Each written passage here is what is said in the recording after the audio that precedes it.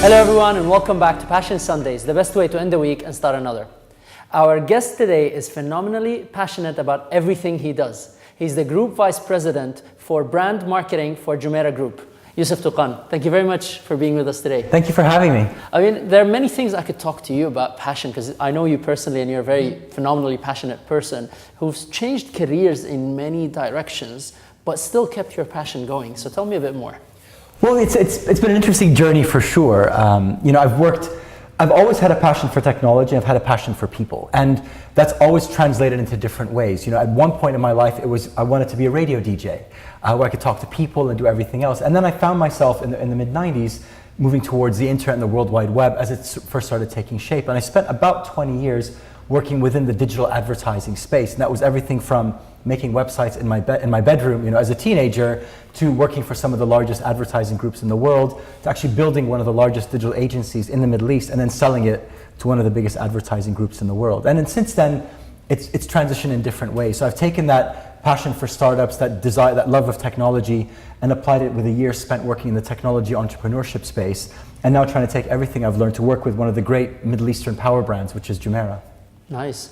I'm sure that journey hasn't been as smooth as it sounds. I know you're talking about the highlights, but I'm interested in the lowlights. How do you find passion in those times? I think you're right, obviously when you look back, you can always tell a very good story, but there's been disappointments along the way, there's been challenges along the way. But I believe that if you genuinely believe in what you do and you believe why you're doing it, the outcome is just a natural part of it. It's the journey, not just the outcome. I think that's something I've learned along the way, is that you can't sacrifice the short term or your happiness or your comfort or your relationships for the sake of the long term. I think I've made that mistake along the way in the past, where you think, you know what, let's just put everything on hold for the sake of work, my health, my family, my most important relationships, because there's some sort of work-related thing at the end of it.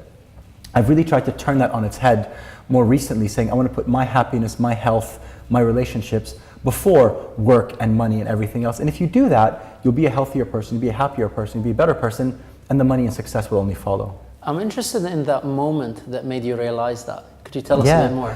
Well, you kind of rewind 2 years ago. It was January 2015, and we had sold our advertising agency, and if the PR was to be believed, we were all multimillionaires now and top of our game. And outside looking in, you'd see me as a successful guy with a beautiful wife.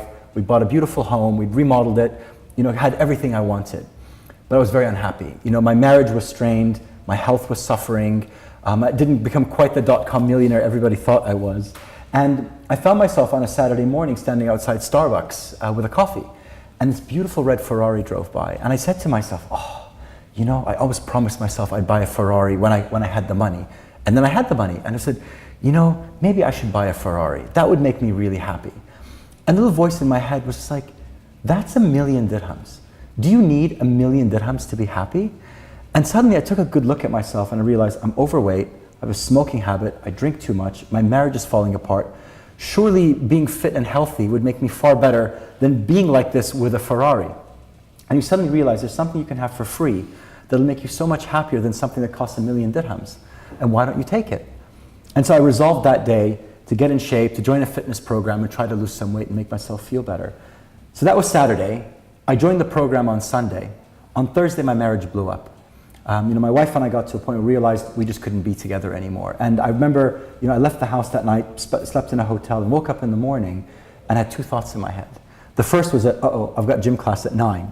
The second one was, I'm never going to be married to this woman again. And so it's like, well, what do I feel like doing today? I could go out drinking, I could go comfort eating, I could do whatever I want right now. And it's like, no, go to the gym. Put on your shoes, just go to the gym. And I felt so good and so healthy and so positive after, so full of energy. I promised myself that day that no matter how difficult this journey got, through the divorce and everything else, I would never let anything get in the way of my health and fitness. And thankfully, I've been able to stay true to that. So I find myself 2 years later now, far healthier, far fitter, far younger than I've ever been in my life.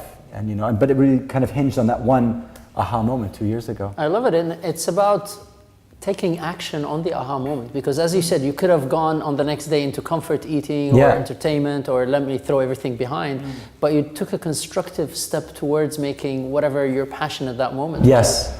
Yeah, very much so. And I just realized that, the challenge we have is that, I really believe there's like a pyramid in life, and at the bottom of the pyramid is your health and your fitness. Then it's your friends and your relationships. Then it's your money. The mistake so many of us make is we turn that pyramid upside down. We make money and work the most important aspect of our lives, first at the expense of our friends and our relationships, and ultimately at the expense of our health. And I made a very conscious decision to turn that triangle back to the way it needed to be. And once you see it like that, it becomes very clear and very obvious what you need to do to genuinely feel happy. Get your priorities right to get a passionate life. Yeah. Yousef, this has been an awesome, insightful interview. I really What a pleasure. it. Thank you, Moustafa. Thank you, Habibi. Appreciate it. Passion! What do you think? I would really love to hear your opinion. So if you found this episode as useful as I did, leave your comments on the blog below. And if you'd like more tools, tips, techniques, and exclusive interviews that I only share on my website, go to Moustafa.com. And until next episode, live passionately.